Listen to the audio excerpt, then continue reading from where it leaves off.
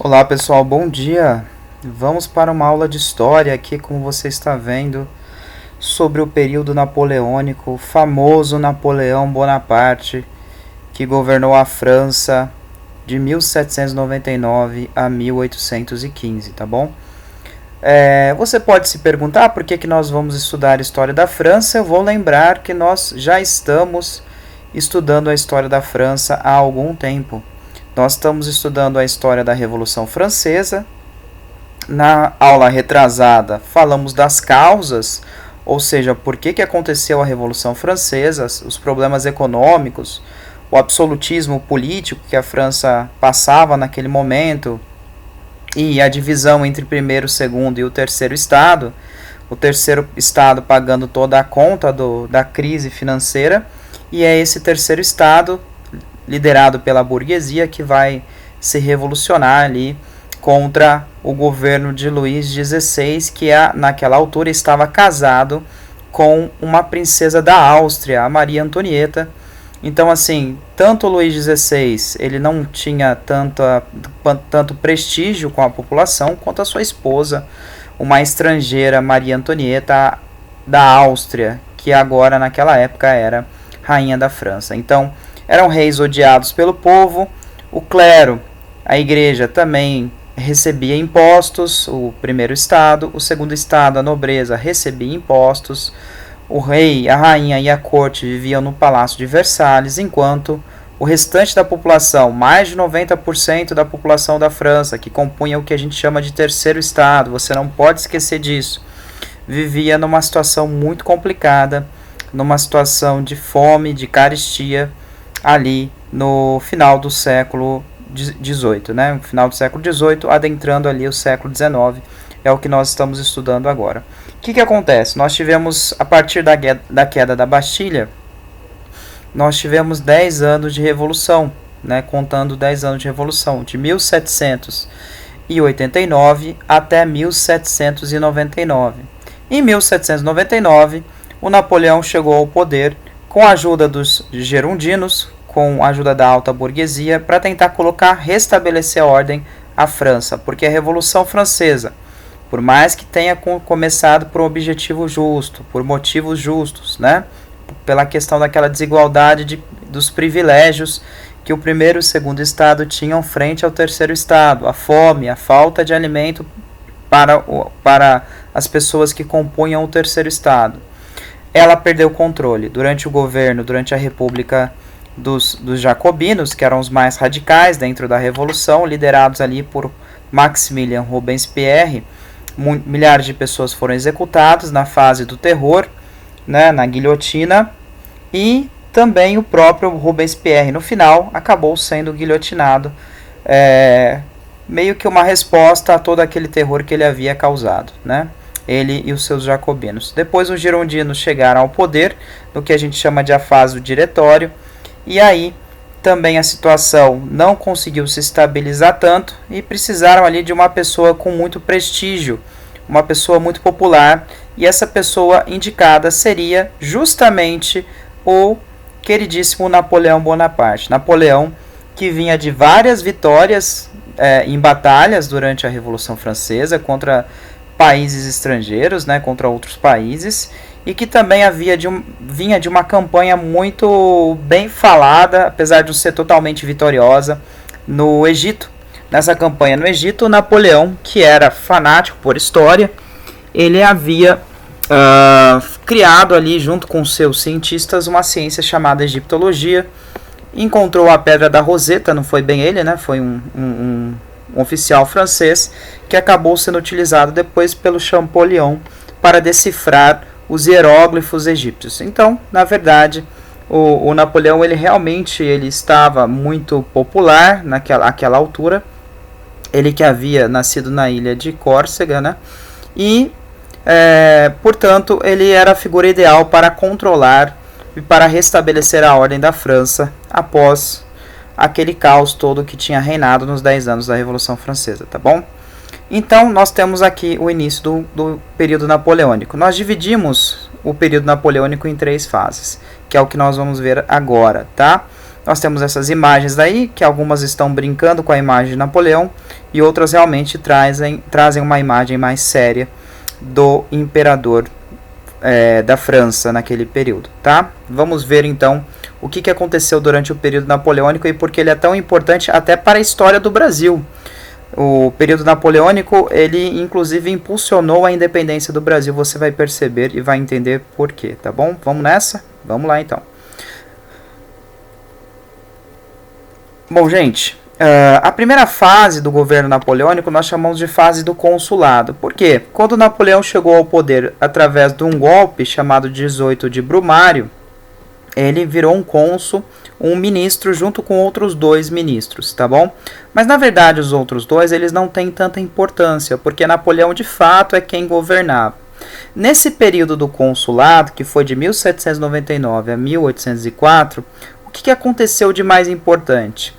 Bom, primeiro, Napoleão ele resolveu reorganizar a França. Então ele fez algumas coisas importantes, sendo que o mais importante mesmo foi o seu Código Civil ou o Código Civil Napoleônico, tá? Então, ele reformou o sistema escolar. É um pouco exagero falar que Napoleão ofereceu escolas para todos os franceses, não é verdade.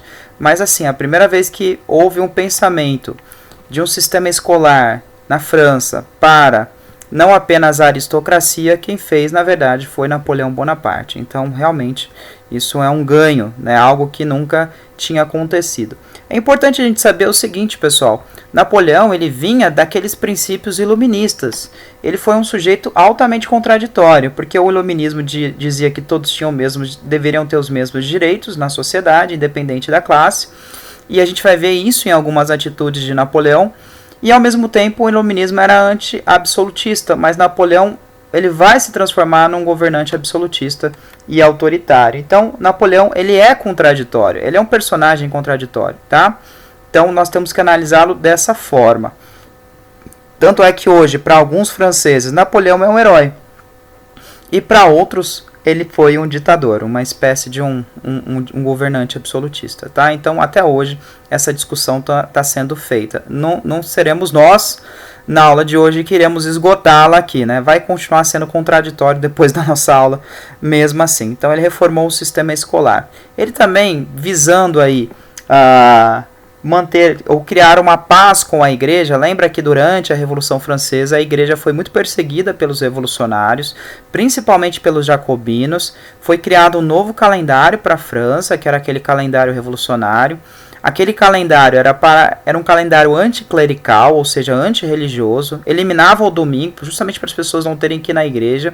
Muitos padres foram perseguidos, centenas foram guilhotinados. Tem passagens muito violentas sobre o que aconteceu com os religiosos durante a Revolução Francesa, porque para os jacobinos eles simbolizavam um antigo regime também.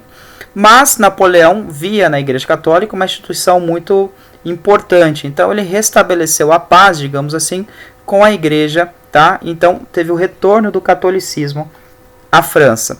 Só que o catolicismo vai voltar agora em outro patamar, em um patamar menos importante, digamos assim. Ele vai obrigar com que a igreja fique abaixo do governo dele e não acima, como era anteriormente. Isso é uma coisa que nós vamos perceber, inclusive, numa passagem daqui a pouquinho que vocês vão entender melhor. Tá? Bom, mas o que eu disse, o que aconteceu de mais importante foi seu Código Civil. O Código Civil Napoleônico foi justamente para estabelecer princípios. Esses princípios são princípios de uma forma geral iluministas dentro da França pós-revolucionária, ou seja, depois da Revolução Francesa. Então, quais são os princípios mais destacados aqui? O direito à propriedade, porque para estabelecer a ordem, muitos, e aqui a gente tem que lembrar que os girondinos, por exemplo, eles tinham propriedade, então mesmo sendo revolucionários, eles não queriam que a França virasse uma anarquia. A instituição do casamento civil, até então o casamento era só na igreja, agora o casamento vai ser, digamos assim, uma palavra que se usa tutelado pelo Estado, ou seja, pelo governo. Ele separou, fazendo isso ele criou um Estado, uma espécie de um Estado laico que a gente faz, ele separou a igreja do Estado, não era uma coisa só, a igreja é a igreja agora, o Estado, o governo é o governo, tá? Então, mais um princípio iluminista aí, né? Lembra do Voltaire. a igreja não deve interferir na política. Ele estabeleceu o direito ao divórcio, que a igreja não concordava, e ele estabelece, inclusive ele casou e depois acabou se divorciando, né? E ele aboliu aqueles direitos de nascimento, os direitos lá que os nobres tinham sobre o restante da sociedade. Então esse Código Civil Napoleônico, durante a primeira fase do consulado, ele vai ser importante porque ele vai influenciar depois outros códigos de outros países também. São considerados, na sua maioria, os itens abaixo aí do Código Civil como avanços na sociedade, tá bom? Então, se lembre, guarde no seu coração ali, durante a primeira fase de Napoleão, o Código Civil é o que nos importa mais, tá? E como eu disse, acabou influenciando o Ocidente. Você pega e vai estudar as leis ocidentais nos países do mundo ocidental, você vai ver que tem muito a ver com o Código Civil Napoleônico, tá? Continuando. Vamos para a segunda fase, que é a mais longa, a fase do Império. Então você está falando, professor, que Napoleão começou como um cônsul, um ministro, e depois se transformou em um imperador? Sim, é isso que eu estou afirmando. Foi isso que Napoleão fez. Como que isso aconteceu? A gente vai ver agora, tá bom? Bom, em 1804 teve uma nova Constituição para a França, que é a Constituição do ano 12. Aí você vai falar assim, mas por que ano 12? É o ano 12 depois da Revolução Francesa, tá? E o que aconteceu de mais importante? Ele se tornou um cônsul vitalício. Então o primeiro passo é que ele se tornou uma espécie de um primeiro-ministro. A gente aqui não é um parlamentarismo, mas você vai se lembrar que em alguns países isso tem, é o chefe do executivo, né, daqueles poderes do Montesquieu. Depois ele virou um cônsul vitalício, ou seja, um cônsul pela vida toda, até a morte. E depois ele convocou um plebiscito, uma consulta popular, no qual a população escolheu para que ele virasse um imperador. Ou seja, ele foi um imperador eleito pela população. Ele estava tão popular que ele foi eleito. Mas, uma coisa importante, esse plebiscito, essa consulta popular que Napoleão fez, essa eleição, e aí ele virou ditador, era uma eleição censitária. Ou seja, nem todo mundo podia votar. O voto censitário é o voto por renda, né? Só quem tivesse uma determinada renda comprovada é que poderia votar, tá bom? Então, assim, ele virou o imperador Napoleão Bonaparte. Deixou de ser o cônsul, o ministro, e tornou-se o imperador. E assim ele se colocou também acima do poder da igreja. E nesse caso, é importante que você analise este quadro aí, ó. Nesse quadro, note, Napoleão ele está com a própria coroa e ele está cercado por clérigos, cercado por pessoas importantes ali na Catedral de Notre-Dame em Paris, aquela que pegou fogo aí recentemente e está sendo recuperada. Bom, o que ele está fazendo? Ele está pegando a coroa e ele está coroando, ele se autocoroou e depois ele coroou a sua esposa, a Josefina, que está na frente dele. E os membros da igreja estão apenas observando, ou seja, Napoleão estava mandando uma mensagem. Qual mensagem ele estava mandando? Eu não tenho ninguém digno para me coroar além de eu mesmo. Então Napoleão está falando para a igreja. Por que ele fez isso? Porque anteriormente você vai ver, por exemplo, no quadro da coroação de Carlos Magno. Então, note aqui a coroação de Carlos Magno, lá no início da Idade Média. O Papa está coroando o rei. O rei Carlos Magno, rei do Império Carolíngio, está ali ajoelhado na frente do Papa, coroando, ou seja, mostrando que a igreja é mais importante que o rei. E aqui o próprio Napoleão está se autocoroando e a igreja está só observando. Importantíssimo essa mensagem que ele manda, tá? Por que eu peguei essas imagens? Porque sempre você tem a comparação entre o quadro da coroação de Napoleão com a coroação do Carlos Magno, tá bom? Sendo que Napoleão se coloca mais forte que a igreja e Carlos Magno precisava da aliança com a igreja católica naquela altura. Ah, mas é um espaço muito grande, né? Porque um foi lá no início da Idade Média e outro foi depois no início da nossa era contemporânea. É verdade, é um espaço muito grande, mas essa comparação ela sempre aparece, tá bom? E assim começa a fase imperial. Então tá aí Napoleão agora como imperador, e note uma coisa importante. Ele parece um imperador romano nesse quadro, e essa é a imagem que ele queria passar, como a imagem de um imperador que iria unificar de novo a Europa. Ou seja, ele não iria se contentar apenas em governar a França, mas ele ia começar um processo de invasão, como os imperadores lá na Antiguidade Clássica, os imperadores romanos fizeram. Tá? Então vamos ver a fase continuar na fase do Império Napoleônico, tá bom? Então, qual que era o principal inimigo da França àquela altura? O principal inimigo de Napoleão vai ser basicamente a Inglaterra. Ah, mas Napoleão não vai brigar com a Rússia? Vai. Ele não vai brigar com a Prússia, onde hoje é a Alemanha? Vai brigar com a Prússia. Ele não vai brigar com a Áustria? Com certeza. Só que a Inglaterra era a grande potência da época. A gente está analisando ali, 1799, 1715, o período napoleônico, o período do Império Napoleônico, 1804, 1814. Isso quer dizer o seguinte, quer dizer que a Inglaterra já estava passando pela Revolução Industrial, já era um país, já era a potência da época, e o calcanhar de Aquiles de Napoleão era com certeza o grande Império Britânico. Só que a Inglaterra é uma ilha, a gente sabe disso. O que Napoleão vai fazer? Vai tentar destruir a marinha inglesa. E ele vai ser derrotado na Batalha de Trafalgar, destruição da marinha francesa. Ninguém podia, àquela altura, com a marinha real inglesa. Napoleão tentou, mas não conseguiu. Ele era um gênio, um estrategista. Ele conseguia muitas vitórias terrestres, mas batalha naval contra a Inglaterra não deu, não. Então, o que ele vai fazer a partir daí? Ele vai conseguir, como eu disse, vitórias terrestres. Ele não tem uma vitória definitiva contra a Inglaterra, na verdade. Ele não vai conseguir invadir a Inglaterra, que é uma ilha. Ele vai perder boa parte da sua força marítima, né, da sua marinha. E ele vai, então, decretar em 1806 o bloqueio continental. O que é o bloqueio continental, pessoal? Ele proibiu com esse decreto que os outros países da Europa praticassem comércio com a Inglaterra, com as Ilhas Britânicas, né? E assim o objetivo de Napoleão era nada mais, nada menos do que sufocar a Inglaterra economicamente, através de um bloqueio continental, um bloqueio comercial, e depois, com a Inglaterra falida, ele aí sim poderia invadir a ilha. Tá? Aí você vai falar assim, mas ele podia fazer isso? Bom, ele não só podia, como ele fez, né? Ele decretou o bloqueio continental. Qualquer país que continuasse praticando comércio com a Inglaterra, ele invadiria com seu exército. Me dá um exemplo. Portugal. Portugal é um exemplo. Àquela altura o Brasil era colônia de Portugal. O Brasil era governado pelo príncipe regente Dom João, filho da Dona Maria I, a louca, né? E o que vai acontecer? Napoleão ele vai mandar invadir Portugal justamente porque Dom João não respeitou o bloqueio continental.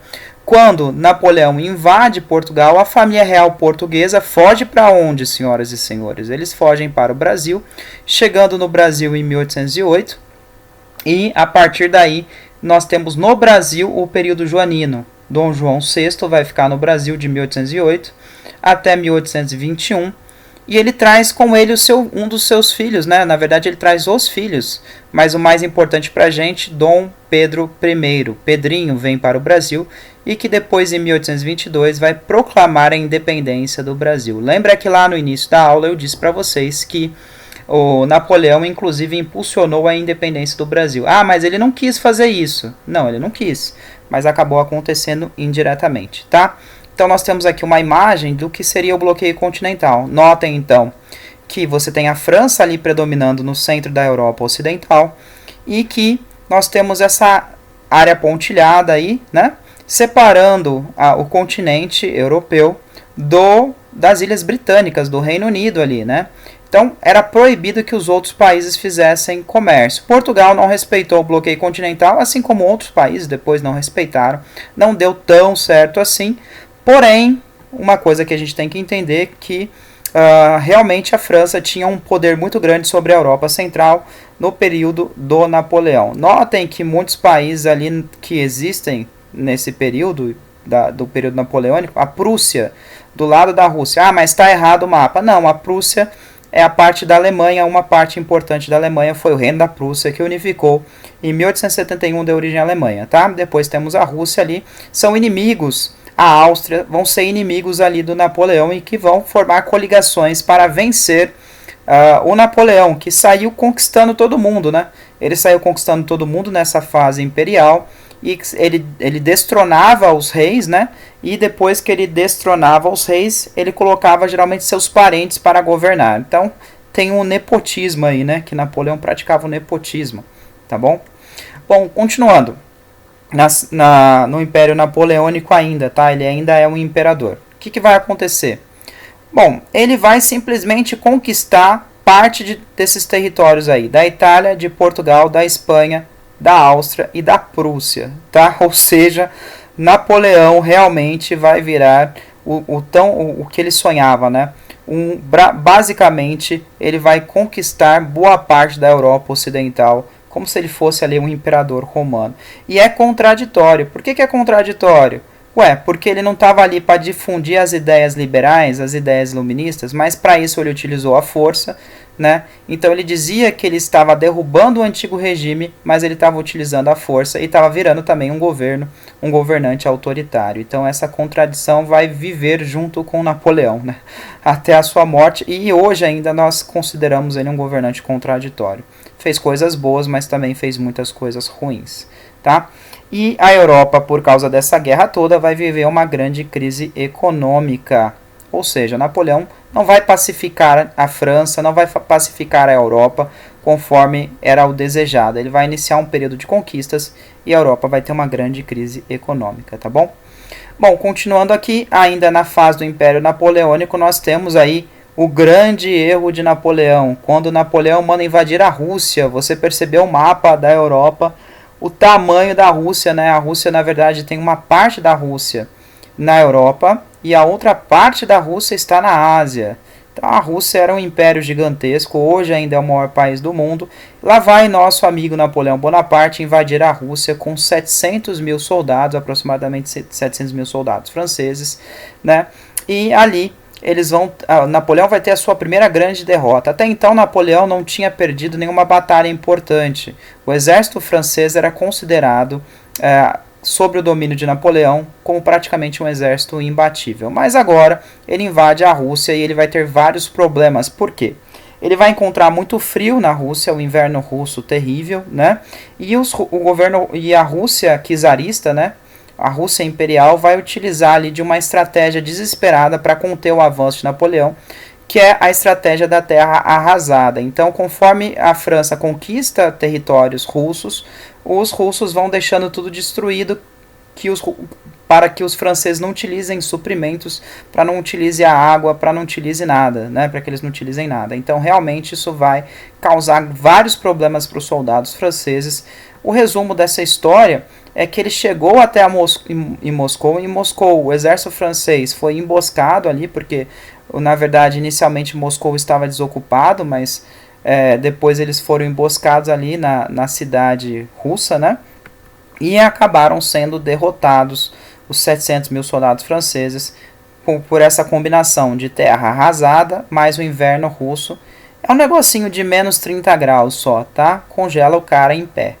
O que vai acontecer aí? Desses 700 mil soldados, apenas 80 mil sobreviveram a essa invasão. Ou seja, Napoleão perdeu boa parte do exército francês neste seu grande erro estratégico. E, ironicamente, no século seguinte, né, no século XX, quando o Hitler invade a União Soviética, né, que a União Soviética, a antiga Rússia na época, vai cometer o mesmo erro de invadir a União Soviética, e na Batalha de Stalingrado vai ter a maior derrota justamente por causa da terra arrasada e por causa do frio. Então Hitler e Napoleão erraram ao tentar invadir Napoleão a Rússia e o Hitler a União Soviética, né, que é a mesma região ali com nomes diferentes por causa do contexto histórico. O Lev Tolstói escreveu Guerra e Paz, que conta justamente sobre essa história, um clássico da literatura mundial, que se você tiver um tempo para ler uma vez na sua vida, seria bem interessante. Tá? Vamos continuar aqui então. O que vai acontecer? Bom, Napoleão ele vai ser preso depois dessa derrota. Tá? Ele foi derrotado novamente na Batalha de Leipzig, em 1813, e então Napoleão é preso e ele é obrigado a fazer algumas coisas. O que, que ele faz? Ele assina o Tratado de Fontainebleau, o segundo Tratado de Fontainebleau. Nesse tratado, ele renuncia ao trono da França, perdeu o trono. Olha como a derrota lá em Moscou, a Batalha da Rússia, foi complicada para ele. Ele teve que se exilar, ele virou um prisioneiro na ilha de Elba e ele recebia uma pensão anual para sobreviver. Então, até assim, se ele tivesse parado por aí, bom, perdeu o trono, perdeu a maior parte dos soldados, assinou o tratado, assinou a rendição e parou por aí. A ilha de Elba fica inclusive perto da onde ele nasceu, fica ali no Mar Mediterrâneo na Europa. Só que Napoleão era um conquistador, tá? Ele não vai fazer isso, ele não vai aceitar. E quem governa a França depois, então, da prisão de Napoleão, lá na ilha de Elba, foi o Luís XVIII, tá?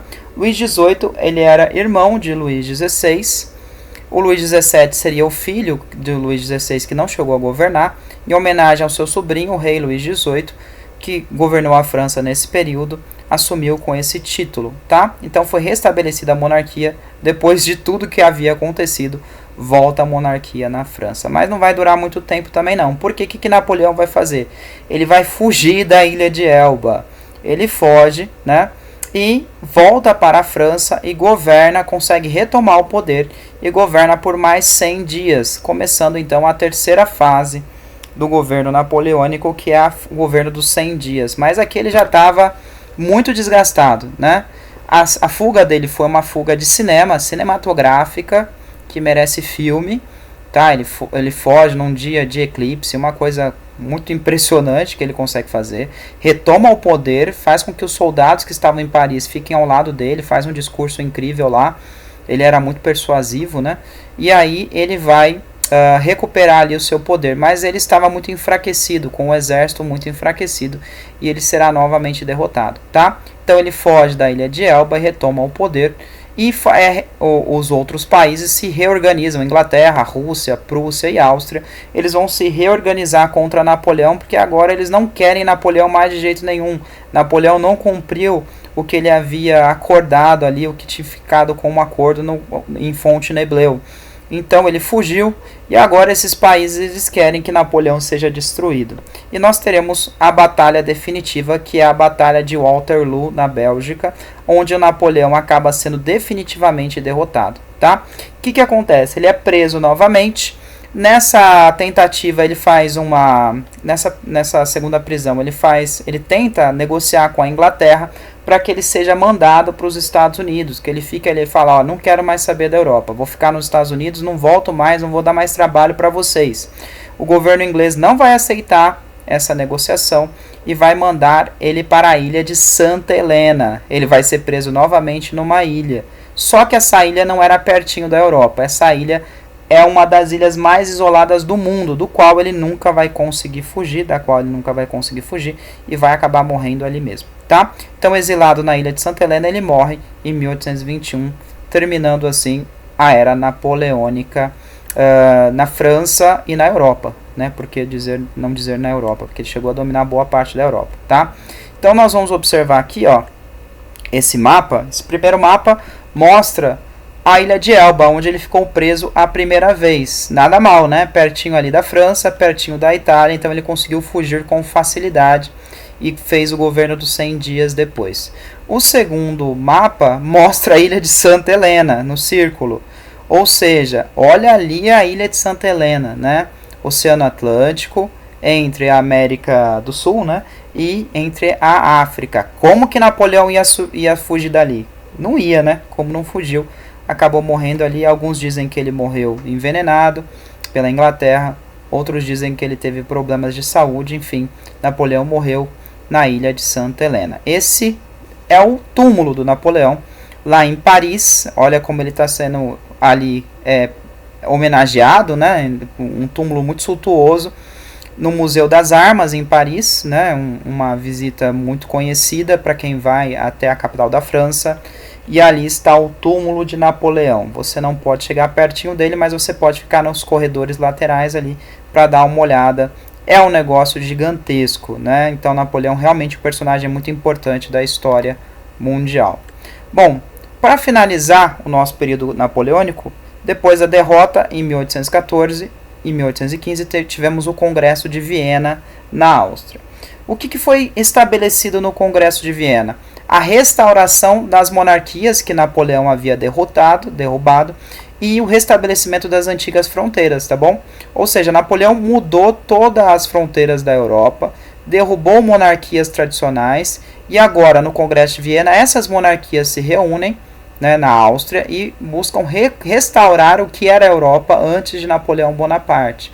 Ou seja, vai ser de certa forma a restauração do antigo regime por algum tempo, tá? Então é a tentativa de restabelecer essas monarquias absolutistas, e para isso eles criam a chamada Santa Aliança, tá? Santa Aliança entre três países, entre três monarquias absolutistas, que era a Rússia, a Áustria e a Prússia.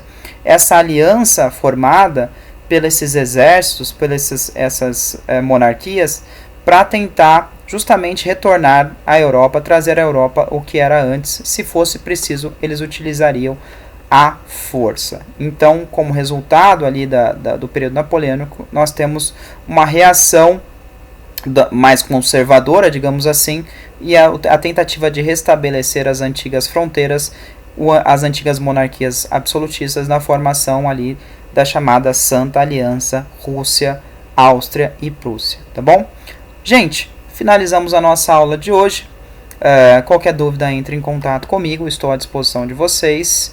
Vamos estudar neste período, né, de isolamento, vamos estudar e vamos dar prosseguimento aí aos nossos, a ideia de continuar estudando em casa. Eu sei que é mais complicado, a gente não tem tanto costume assim, mas pelo menos a gente está usando isso para criar um hábito, né, de ler mais em casa, de estudar mais em casa também. Falou? Um abraço, estou com saudade de vocês e até a próxima.